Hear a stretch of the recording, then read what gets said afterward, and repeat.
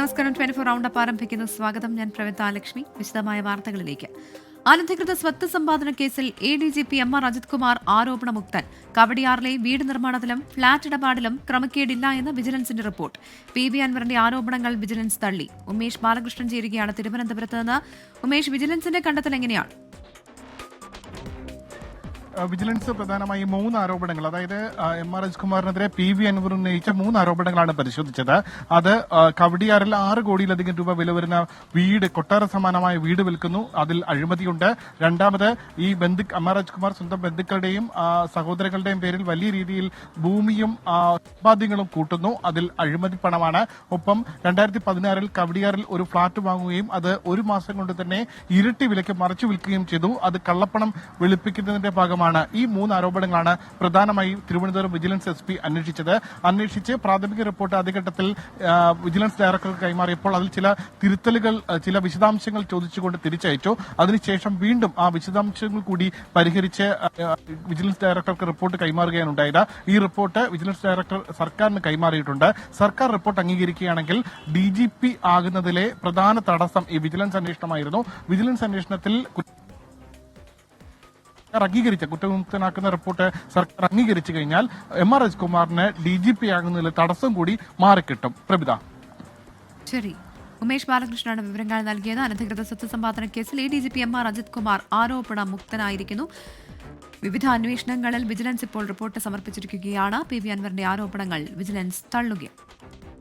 BJP സംസ്ഥാന അധ്യക്ഷനായി രാജീവ് ചന്ദ്രശേഖർ ചുമതലയേറ്റു. കേരളത്തിന്റെ സംഘടനാ തെരഞ്ഞെടുപ്പ് ചുമതലയുള്ള പ്രഹ്ലാദ് ജോഷി സംസ്ഥാന കൌൺസിൽ യോഗത്തിൽ പ്രഖ്യാപനം നടത്തി. BJPയെ കേരളത്തിൽ അധികാരത്തിലെത്തിക്കുകയാണ് ലക്ഷ്യമെന്ന് രാജീവ് ചന്ദ്രശേഖർ പറഞ്ഞു.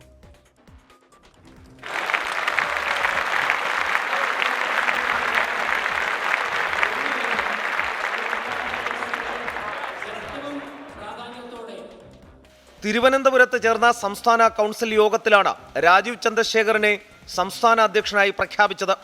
ഏകകണ്ഠമായാണ് അധ്യക്ഷനെ തെരഞ്ഞെടുത്തതെന്നും കേരളത്തിൽ BJP വലിയ മുന്നേറ്റം നടത്തുമെന്നും സംഘടനാ തെരഞ്ഞെടുപ്പിന്റെ ചുമതലയുള്ള പ്രഹ്ലാദ് ജോഷി.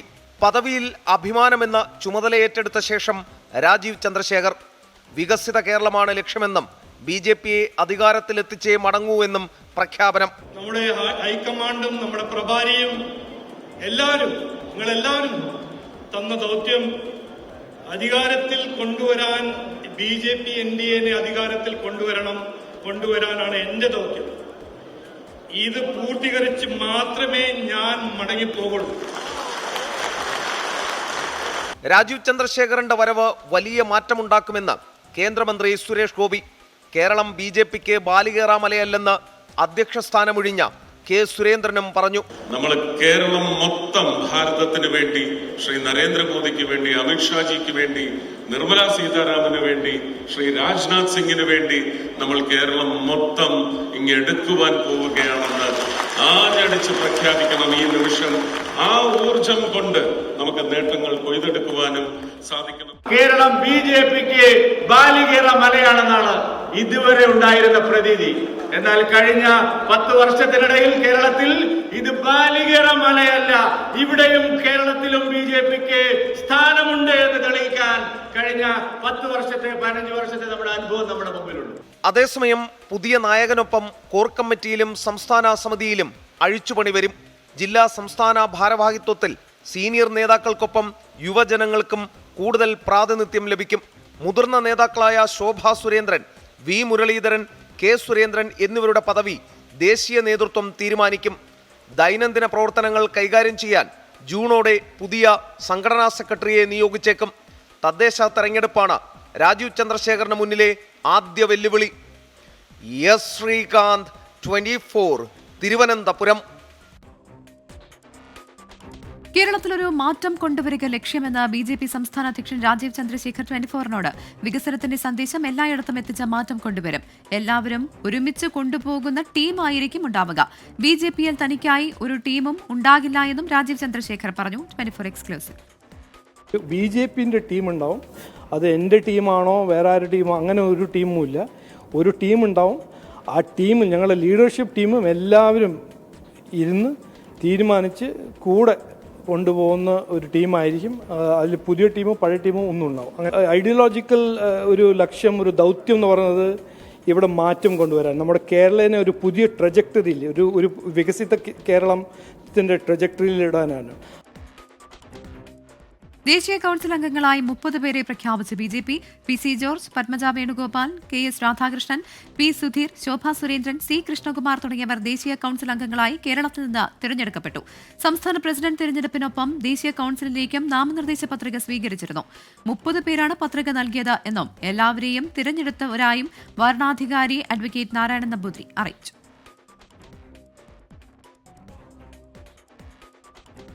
ഇപ്പോൾ വരുന്ന വാർത്തയിലേക്ക്. പാലക്കാട് ഒറ്റപ്പാലം NSS കോളേജിൽ 2ാം വർഷ ഡിഗ്രി വിദ്യാർത്ഥിയെ 4 പേർ സംഘം ചേർന്ന് മർദ്ദിച്ചതായി പരാതി.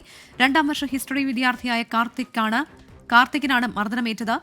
ഇൻസ്റ്റഗ്രാമിൽ പോസ്റ്റ് ചെയ്ത കോളേജ് ഡേയുടെ വീഡിയോയിൽ കമന്റ് ഇട്ടതുമായി ബന്ധപ്പെട്ട തർക്കമാണ് സംഘർഷത്തിൽ കലാശിച്ചത്. ശ്രീജിത്ത് ശ്രീകുമാരൻ ചേരുകയാണ് പത്തനംതിട്ടയിൽ നിന്ന്. ശ്രീജിത്ത്, എന്താണ് കാരണം എന്നാണ് ഈ വിദ്യാർത്ഥി പറയുന്നത്? കോളേജ് അധികൃതർ ഇതുമായി ബന്ധപ്പെട്ട് വിശദീകരണം നൽകിയിട്ടുണ്ടോ? എങ്ങനെയാണ് വിവരങ്ങൾ? ഇതുമായി ബന്ധപ്പെട്ട് കോളേജ് അധികൃതർ ഇതുവരെ യാതൊരു തരത്തിലുള്ള വിശദീകരണവും നൽകുന്നില്ല. എന്തായാലും 2 or 3 വിദ്യാർത്ഥികൾ ഇപ്പോൾ തന്നെ പോലീസ് കസ്റ്റഡിയിൽ ഉണ്ട് എന്ന് പറയുന്നുണ്ട്. കഴുത്തിന് മാരകമായ രീതിയിൽ തന്നെ ഈ വിദ്യാർത്ഥിക്ക് മുറിവേറ്റിട്ടുണ്ട്. അതിന്റെ ദൃശ്യങ്ങളടക്കം നമുക്ക് ലഭ്യമായിട്ടുണ്ട്. എന്തായാലും കോളേജ് എഫ്ഐആർ രജിസ്റ്റർ ചെയ്തിട്ടുണ്ട്. ഈ വിദ്യാർത്ഥികൾ KSU പ്രവർത്തകരാണ് എന്ന് SFI ഇതിനകം തന്നെ ആരോപിച്ചു കഴിഞ്ഞു. ഈ വിദ്യാർത്ഥികൾ ക്രൂരമായ രീതിയിൽ SFI പ്രവർത്തകൻ ഒന്നുമല്ലെങ്കിൽ പോലും ഈ വിദ്യാർത്ഥിയെ മർദ്ദിച്ചു എന്നാണ് SFI ആരോപിച്ചുകൊണ്ടിരിക്കുന്നത്. എന്തായാലും കൂടുതൽ വിവരങ്ങൾ അല്പസമയത്തിന് ശേഷം മാത്രമേ നമുക്ക് ലഭ്യമാകുകയുള്ളൂ. 3 വിദ്യാർത്ഥികൾ കസ്റ്റഡിയിലുണ്ട്.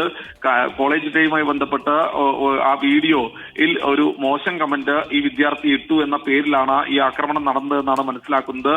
കഴിഞ്ഞ ദിവസമാണ് ഈ ആക്രമണം നടന്നത്. ഇന്നാണ് പോലീസ് FIR രജിസ്റ്റർ ചെയ്തതെന്നും മനസ്സിലാക്കുന്നു. പ്രവിധ. ശ്രീകുമാറിനാണ് വിവരങ്ങൾ നൽകിയത്. ഔദ്യോഗിക വസതിയിൽ കെട്ടുകണക്കിന് പണം കണ്ടെത്തിയ സംഭവത്തിൽ ഡൽഹി ഹൈക്കോടതി ജഡ്ജി യശ്വന്ത് വർമ്മയെ അലഹബാദ് ഹൈക്കോടതിയിലേക്ക് സ്ഥലം മാറ്റാൻ സുപ്രീം കോടതി കൊളീജിയത്തിന്റെ ശുപാർശ കേന്ദ്ര സർക്കാരിന് കൈമാറി. ജസ്റ്റിസ് യശ്വന്ത് വർമ്മയുടെ ജുഡീഷ്യൽ ചുമതലകൾ ഡൽഹി ഹൈക്കോടതി ചീഫ് ജസ്റ്റിസ് പിൻവലിച്ചു. യശ്വന്ത് വർമ്മയെ ഇംപീച്ച് ചെയ്യണമെന്നും CBI ED അന്വേഷണം വേണമെന്നും അലഹബാദ് ബാർ അസോസിയേഷൻ ആവശ്യപ്പെട്ടു. യശ്വന്ത് വർമ്മയുടെ ജുഡീഷ്യൽ ചുമതലകൾ ഡൽഹി ഹൈക്കോടതി ചീഫ് ജസ്റ്റിസ് പിൻവലിച്ചതിന് പിന്നാലെയാണ് അസാധാരണ നടപടി. യശ്വന്ത് വർമ്മയെ അലഹബാദ് ഹൈക്കോടതിയിലേക്ക് സ്ഥലം മാറ്റാനുള്ള ശുപാർശ കൊളീജിയം കേന്ദ്ര സർക്കാരിന് അയച്ചു. സ്ഥലം മാറ്റാൻ തീരുമാനമെടുത്തിട്ടില്ല എന്നായിരുന്നു അനൗപചാരിക വാർത്താക്കുറിപ്പിൽ സുപ്രീം കോടതി അറിയിച്ചിരുന്നത്. അതേസമയം സ്ഥലം മാറ്റത്തിനെതിരെ അലഹബാദ് ഹൈക്കോടതി ബാർ അസോസിയേഷൻ പ്രതിഷേധിച്ചു. ജഡ്ജിയെ ഇംപീച്ച് ചെയ്യണം എന്നാണ് ആവശ്യം. സംഭവത്തെക്കുറിച്ച് അന്വേഷിക്കാൻ സുപ്രീം കോടതി നിയോഗിച്ച 3 അംഗ സമിതി അന്വേഷണ നടപടികൾ ആരംഭിച്ചു. ജസ്റ്റിസ് യശ്വന്ത് വർമ്മ സമീപകാലത്ത് പരിഗണിച്ച കേസ് വിവരങ്ങളും അന്വേഷണ സംഘം പരിശോധിക്കും. ഇതിനായി കേസുകളുടെ വിവരങ്ങൾ അന്വേഷണ സംഘം തേടി. വിഷയം സഭ നിർത്തിവെച്ച് ചർച്ച ചെയ്യണമെന്നാവശ്യപ്പെട്ട് പ്രതിപക്ഷാംഗങ്ങൾ പാർലമെന്റിന്റെ 2 സഭകളിലും നോട്ടീസ് നൽകിയെങ്കിലും പരിഗണിച്ചില്ല. 24 ഡൽഹി. ഡോക്ടർ ജോസഫ് മാർ ഗ്രിഗോറിയോസിനെ യാക്കോബായ സഭയുടെ പുതിയ കാതോലിക്കയായി നാളെ വാഴിക്കും. ലബനൻ തലസ്ഥാനമായ ബെയ്റൂട്ടിലെ അച്ചാനെ സെന്റ് മേരീസ് കത്തീഡ്രലിൽ നടക്കുന്ന ചടങ്ങിന് ആഗമാന സുറിയാനി സഭയുടെ തലവൻ ഇഗ്നാത്തിയോസ് എഫ്രേം ദ്വിതീയൻ പാത്രിയാർക്കീസ് ബാവയാണ് നേതൃത്വം നൽകുക. വാഴിക്കൽ ചടങ്ങിന്റെ തത്സമയ വിവരങ്ങൾ പ്രേക്ഷകരിലേക്ക് എത്തിക്കാൻ ബെയ്റൂട്ടിൽ നിന്ന് ടീം 24 സജ്ജമാണ്. ഉയർന്നു വന്ന വിമർശനങ്ങളെയും പ്രതിസന്ധികളെയും മറികടന്നുകൊണ്ട് പുതിയ കാതോലിക്ക ബാവയെ വാഴിക്കാനൊരുങ്ങുകയാണ് യാക്കോബായ സുറിയാനി സഭ. ആഗമാന സുറിയാനി സഭയുടെ പരമാധ്യക്ഷൻ ഇഗ്നാത്യോസ് അപ്രേം രണ്ടാമൻ മുഖ്യ കാർമ്മികത്വം വഹിക്കുമ്പോൾ ദേവദാരുക്കളുടെ നാടായ ലബനോനും ആ ചരിത്ര മുഹൂർത്തത്തിന് ഒരുങ്ങിക്കഴിഞ്ഞു. കേരളത്തിൽ നിന്നും 400-ലധികം പേരാണ് ചടങ്ങിന് സാക്ഷ്യം വഹിക്കാൻ ബെയ്റൂട്ടിലെത്തിയത്. സഭാചരിത്രത്തിന്റെ ഭാഗമാകാൻ ഒരുങ്ങുന്നവരിൽ കുട്ടികൾ മുതൽ മുതിർന്നവർ വരെയുണ്ട്. വൈകുന്നേരം ലബനോൻ സമയം 5 മണിക്കാണ് കാതോലിക്ക വാഴ്ച ചടങ്ങുകൾ നടക്കുന്നത്. അത് ഏകദേശം ഒരു 2 മണിക്കൂർ സമയത്തോളം ശുശ്രൂഷകൾ ഉണ്ടാകും. അതിൽ പ്രധാനമായിട്ടും യാക്കോബായ സുറിയാനി സഭയുടെ നാട്ടിൽ നിന്നുള്ളതായ എല്ലാ ബിഷപ്സും തന്നെ അതിനകത്ത് എത്തിച്ചേർന്നിട്ടുണ്ട്. അതുപോലെ ആഗമാന സുറിയാനി ഓർത്തഡോക്സ് സഭയുടെ എല്ലാ മെത്രാപ്പോലിത്തമാരും ഇതിൽ സംബന്ധിക്കുന്നുണ്ട്. കേരളത്തിന് പുറമെ അമേരിക്ക, കാനഡ, ഗൾഫ് രാജ്യങ്ങളിൽ നിന്നെത്തിയവരും ഏറെ.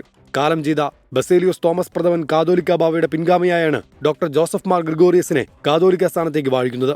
ഈ കാണുന്ന സെന്റ് മേരീസ് കത്തീഡ്രൽ പള്ളിയിൽ വെച്ചാണ് യാക്കോബായ സഭയുടെ പുതിയ കാതോലിക്കയെ പാത്രിയർക്കീസ് ബാവ വാഴിക്കുന്നത്. ചടങ്ങിൽ വിവിധ ക്രൈസ്തവ സഭയുടെ മേലധ്യക്ഷന്മാരും മെത്രാപ്പൊലീത്തമാരും പങ്കെടുക്കും. പുറമെ കേന്ദ്ര സംസ്ഥാന സർക്കാരുകളുടെ പ്രതിനിധികളും ചടങ്ങിൽ പങ്കാളികളാകും. അച്ചാനയിലെ പാത്രിയർക്ക അരമനയിൽ നിന്നും ഗീസ് പീറ്റർ, 24. സഭാ തർക്കം പരാമർശിച്ച ഇഗ്നാത്തിയോസ് എഫ്രേം രണ്ടാമൻ പാത്രിയാർക്കീസ് ബാവ ക്രിസ്തുവിന്റെ ജീവിത പാഠം ഉൾക്കൊണ്ട് പരസ്പരം സമാധാനത്തോടെ കഴിയണം.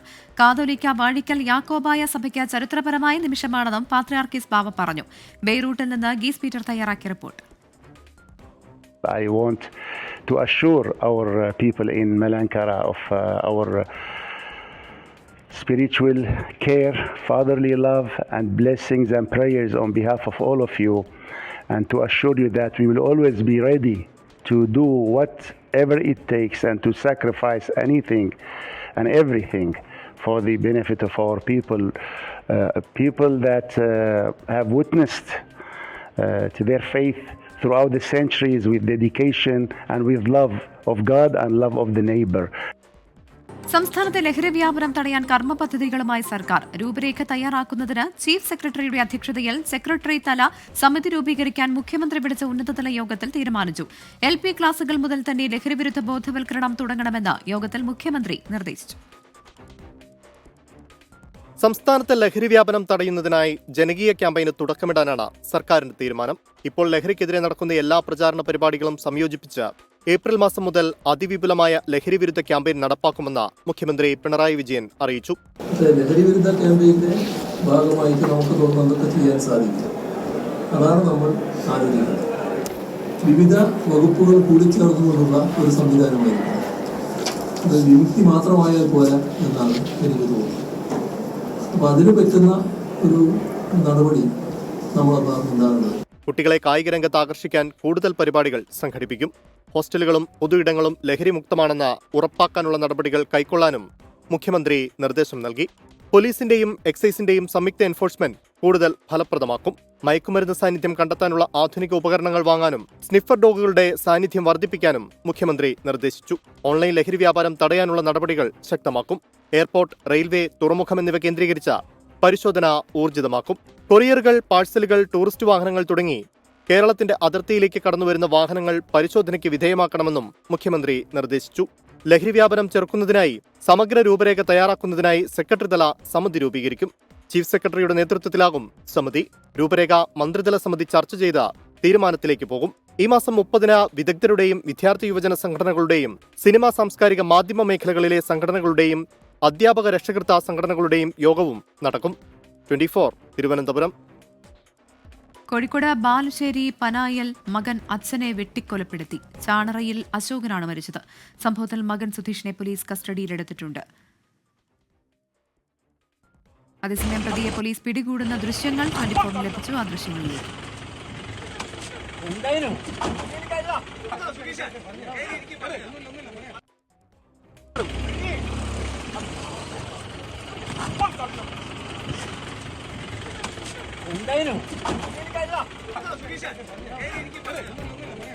ഷഹദ് റഹ്മാൻ ചേരുകയാണ് കോഴിക്കോട് നിന്ന്. ഷഹദ്, എന്താണ് സംഭവിച്ചത്? ഈ കൊലപാതകത്തിലേക്ക് നയിച്ച സാഹചര്യം എന്തായിരുന്നു?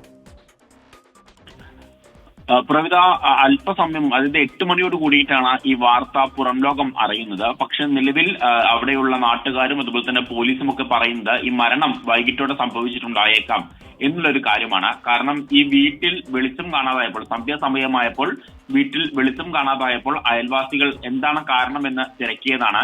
ആ ഘട്ടത്തിലാണ് ഈ അച്ഛനെ ഈ കിടപ്പുമുറിയിൽ മരിച്ച നിലയിൽ കണ്ടെത്തുന്നത്. കോഴിക്കോട് ബാലുശ്ശേരിയിലാണ് ഇത്തരമൊരു സംഭവം നടന്നിട്ടുള്ളത്. ചാണറയിൽ അശോകൻ എന്ന് പറയുന്ന അച്ഛനാണ്, 60 വയസ്സാണ്. ഇദ്ദേഹത്തിനാണ് വെട്ടേറ്റത്. മകൻ സുധീഷിനെ ഇപ്പോൾ പോലീസ് പിടികൂടുന്ന ദൃശ്യങ്ങളാണ് നമ്മൾ സ്ക്രീനിൽ കാണിച്ചുകൊണ്ടിരിക്കുന്നത്. അച്ഛനും മകനും മാത്രമാണ് ഈ വീട്ടിൽ താമസമുള്ളത്. രാത്രിയായിട്ടും വീട്ടിൽ വെളിച്ചമൊന്നും കാണാതായതിനെ തുടർന്ന് അയൽവാസികൾ നടത്തിയ പരിശോധനയിലാണ് കിടപ്പുമുറിയിൽ വെട്ടേറ്റ നിലയിൽ അശോകനെ കണ്ടെത്തിയത്. ലഹരിക്ക് അടിമയാണ് ഈ മകൻ സുധീഷ് എന്നുള്ളൊരു കാര്യം നാട്ടുകാരും അതുപോലെ തന്നെ പോലീസും സമ്മതിക്കുന്നുണ്ട്. മാത്രവുമല്ല, മാനസിക വെല്ലുവിളി നേരിടുന്ന വ്യക്തി കൂടിയാണ് ഇദ്ദേഹം എന്നുള്ളൊരു കാര്യവും ഇപ്പോൾ പറയുന്നുണ്ട്. ഈ മരണത്തിലേക്ക് അല്ലെങ്കിൽ കൊലപാതകത്തിലേക്ക് നയിച്ച പ്രധാനപ്പെട്ട കാരണം എന്ന് ഇപ്പോൾ, അതായത് പ്രാഥമികമായിട്ട് പോലീസ് മനസ്സിലാക്കുന്നത് അച്ഛനും മകനും തമ്മിൽ തിങ്കളാഴ്ച രാവിലെ ചെറിയ രീതിയിലുള്ള വഴക്കുണ്ടായിരുന്നു. വീട്ടിൽ നിന്നും സുധീഷ് അടക്ക എടുത്തുകൊണ്ടുപോയി വിറ്റു എന്നുള്ളതാണ് ഒരു കാരണം. ഇതുമായി ബന്ധപ്പെട്ട തർക്കമാകാം കൊലപാതകത്തിലേക്ക് നയിച്ചത് എന്നുള്ള പ്രാഥമിക വിലയിരുത്തലാണ് പോലീസിനുള്ളത്. ഇതിൽ ഏറ്റവും വേദന ജനിപ്പിക്കുന്ന മറ്റൊരു കാര്യം എന്ന് പറയുന്നത് ഈ അശോകന് 2 ആൺമക്കളാണ്.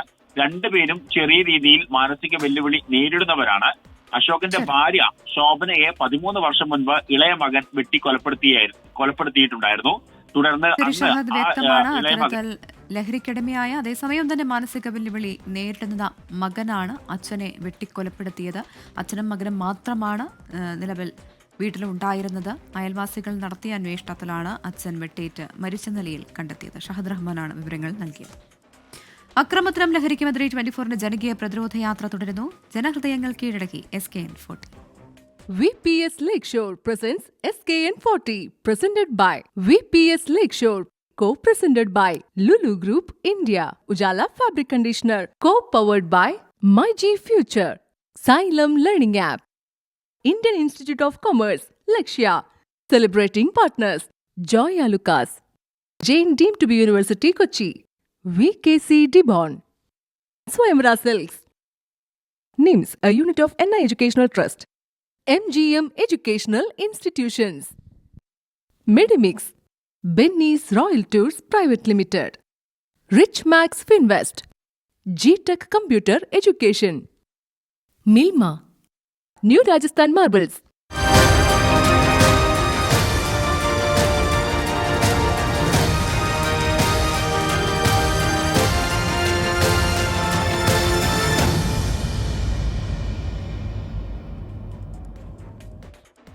SKN40 കേരള യാത്രയുടെ ആലപ്പുഴ ജില്ലയിലെ പര്യടനം പൂർത്തിയായി. ജില്ലയിലുടനീളം ഊഷ്മള സ്വീകരണമാണ് യാത്രയ്ക്ക് ലഭിച്ചത്.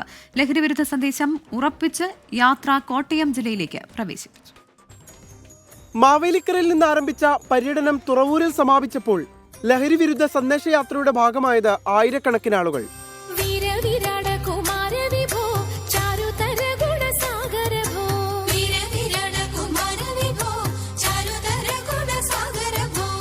പുന്നമടക്കായലിൽ നിന്നാണ് 2ാം ദിവസത്തെ യാത്ര തുടങ്ങിയത്. സ്കൂൾ കോളേജ് വിദ്യാർത്ഥികളും വിവിധ സംഘടനകളും പൊതുജനങ്ങളും യാത്രയ്ക്ക് ഹൃദ്യമായ സ്വീകരണം നൽകി.